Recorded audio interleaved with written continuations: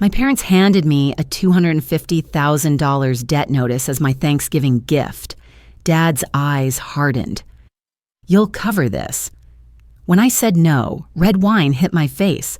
I grabbed my coat and walked into the cold Idaho night, wine still dripping from my chin, finally understanding that I wasn't their daughter. I was their emergency fund. The drive back to Boise gave me 3 hours to process what had just happened.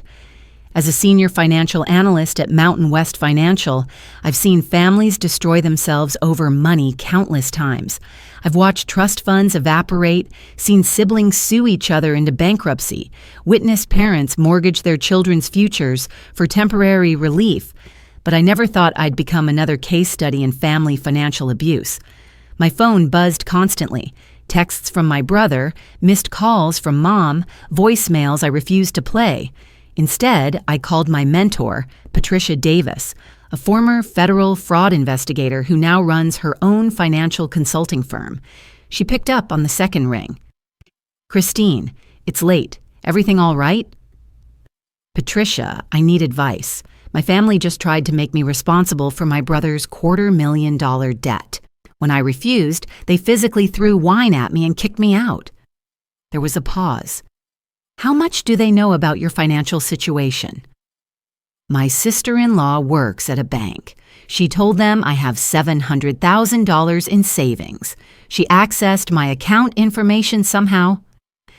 "That's a federal crime, Christine. Bank employees can't access customer accounts for personal reasons. We're talking about serious violations here." Patricia's voice sharpened. "Tell me everything, and I mean everything." I spent 40 minutes detailing the evening, the staged dinner, the coordinated questions about my finances, the velvet box with the debt notice inside, the wine assault. Patricia took notes, asking specific questions about timing, witnesses, and exact wording. "Christine, this wasn't a family dinner. This was a planned financial ambush. Your brother's debt, your sister-in-law's illegal access to your accounts, your parents' coordinated pressure. This is financial elder abuse in reverse. They're treating you like a piggy bank, not a person." "What can I do?" "Document everything. Every text, every voicemail, every interaction from now on. I'm sending you contact information for 3 people: a banking compliance attorney, a family law specialist, and a forensic accountant. This stops now." Back in my downtown Boise apartment, I opened my laptop and created a detailed incident report. Timestamps, exact quotes, witness names. My grandfather had been there, silent but observant. I photographed my wine-stained blouse before putting it in a plastic bag. Evidence preservation had become second nature after years of analyzing financial fraud cases. My phone showed 17 missed calls and 43 text messages. I screenshotted everything before reading a single word. The messages revealed more than my family realized. My brother: "Come on, Christine, it's just money, you can afford it." Mom: "Family helps family. This is what love looks like." Dad: "You've always been selfish. Nothing changes." My sister-in-law: "I know exactly how much you have. Don't pretend you can't help." That last message was pure gold, written admission of unauthorized account access. I forwarded it immediately to Patricia with a note: "Federal banking violation in writing." The next morning, I called the banking compliance attorney Patricia had recommended. James Fletcher specialized in financial privacy violations and had a reputation for aggressive prosecution of banking crime. "Ms. Cole, based on what you've described, your sister-in-law has committed multiple federal violations: unauthorized access to customer accounts, disclosure of private financial information, using that information for personal gain. We're looking at serious prison time if we pursue this. What are my options?" "We could file complaints with the bank, the State Banking Commission, and federal regulators. Her career in banking is over, obviously. The civil damages could be substantial. These privacy violations often settle in the 6-figure range." "And my family's debt scheme?" That's separate but related. Your brother's debt is legally his responsibility. Any attempt to threaten, coerce, or defraud you into assuming that responsibility is prosecutable.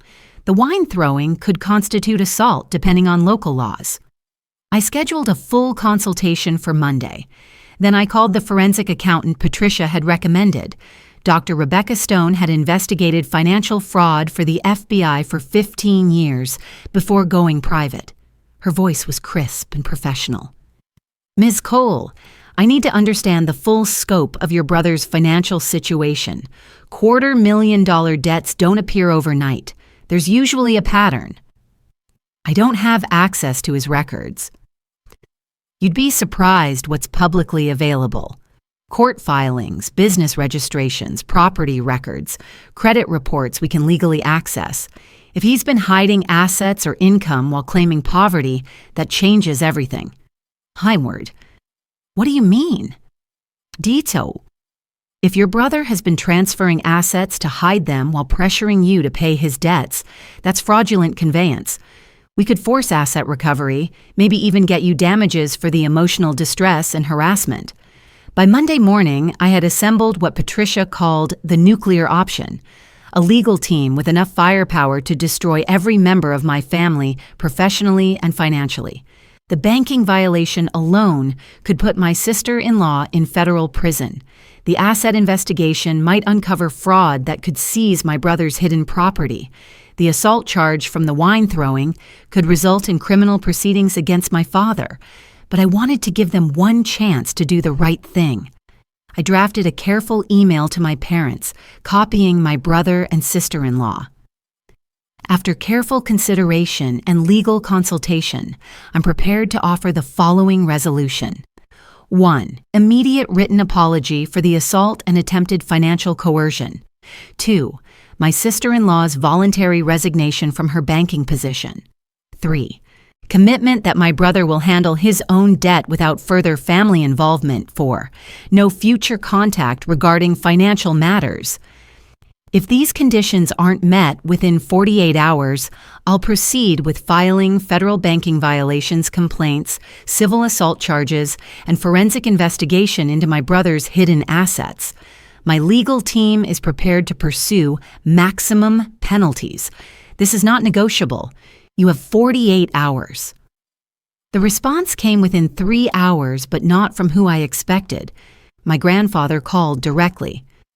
Christine, I need to tell you some things your parents don't want you to know. Grandpa, I'm so sorry you had to witness. Stop apologizing. I'm calling because I've been watching this family manipulate you for years, and I'm done staying quiet. Your brother's debt isn't from a failed business. It's from gambling, luxury purchases, and speculation trading. I have bank statements. My heart stopped. What bank statements? I'm still listed on your parents' accounts from when your grandmother was sick. I've been watching money flow to your brother for 2 years. Cash gifts, loan payments, credit card bailouts. They've given him over $100,000 already. They're broke, Christine. The house is mortgaged. Their retirement accounts are empty. They threw wine at you to hide their own financial collapse. Why didn't you tell me before? Because I hoped they'd come to their senses. They didn't. They chose to attack you instead of face reality. I'm driving to Boise tomorrow with documentation. It's time to end this. That evening, my sister-in-law's bank called. The compliance officer, Lisa Harper, sounded grimly professional. Ms. Cole, we've completed our internal investigation based on your complaint. The employee in question accessed your accounts 37 times over 6 months without authorization. She downloaded statements, balance information, and transaction history. She's been terminated effective immediately, and we're filing federal criminal referrals. What does that mean for her? Bank fraud carries up to 30 years in federal prison. She'll never work in financial services again. We're also prepared to offer you a substantial settlement for the privacy violations. How substantial? Our legal department is authorized to offer $150,000 to resolve this matter quietly. Federal prosecutions are expensive and embarrassing for banks. I asked for 48 hours to consider the offer. My legal team advised accepting the settlement while still pursuing criminal charges. Double compensation, civil settlement plus criminal prosecution. My grandfather arrived Tuesday morning with a folder 3 inches thick. Bank statements, canceled checks, credit card payments, loan documents. A complete financial picture of my family's desperate situation. They're $400,000 in debt, Christine. Credit cards, home equity loans, personal loans from friends. They liquidated everything trying to keep your brother afloat. The Thanksgiving dinner was their last play. Get you to solve everyone's problems with your savings. Looking through the documents, I saw the complete scope of the deception. My parents had been secretly funding my brother's lifestyle for years while claiming they couldn't afford to help with my college loans. They'd bought him a BMW while I drove a used Honda. They'd paid for his luxury apartment while I lived in studio apartments to save money. There's more, Grandpa said quietly. Your brother's been telling people you're stingy and selfish for not helping family. He's been spreading rumors that you make too much money and don't share it. Half the family thinks you're the problem. That revelation crystallized my decision. They hadn't just tried to steal my money. They'd been destroying my reputation for years to justify their planned theft. I called Patricia. I want maximum penalties for everyone involved. No mercy, no family considerations. They want to treat this like a business transaction? Let's do business. Within a week, the consequences began cascading through my family like dominoes falling in sequence. My sister-in-law received federal indictments for banking fraud, identity theft, and violation of financial privacy laws. Her mugshot appeared in the local newspaper under the headline, "Bank Employee Charged in Customer Privacy Violations." Her husband, my brother, filed for divorce within days, claiming he had no knowledge of her criminal activity. The forensic investigation Dr. Stone conducted revealed my brother had been hiding assets systematically. A cryptocurrency account with $85,000, equity and rental properties held in his ex-wife's name, and classic cars registered to shell companies. Court orders froze everything pending fraud determinations. My father faced misdemeanor assault charges for the wine throwing. The local prosecutor was eager to set an example about domestic violence and financial abuse. The court mandated anger management classes and probation. My parents received notice that their house would be sold to satisfy creditor claims. With my sister-in-law's income gone and my brother's assets frozen, the monthly debt payments became impossible to maintain. But the most satisfying consequence was completely unplanned. Word spread through their social circle about what had happened. The bank settlement and criminal charges were public record. My grandfather had been talking to relatives, sharing documentation of the financial manipulation. The story reached my parents' church, their neighbors, and their professional networks. People began avoiding them. Their insurance agent stopped returning calls after learning about the fraud charges. Their accountant dropped them as clients. Mom's book club asked her to step down. Dad's golf buddies found excuses to play elsewhere. The social isolation was devastating for people who had built their identities around community respect and family values. They'd presented themselves as pillars of the community while secretly orchestrating criminal schemes to steal from their own daughter. 6 months later, my transformed life proved that sometimes the best revenge is simply succeeding without the people who held you back. I accepted a promotion to Vice President of Financial Compliance at Mountain West Financial. My salary increased to $185,000 annually, plus performance bonuses. The bank settlement money became a down payment on a downtown penthouse with mountain views. My legal victory opened doors I hadn't expected. Patricia invited me to join her consulting firm as a partner, specializing in family financial fraud cases. We now help other victims of financial manipulation recover assets and prosecute family members who abuse trust for money.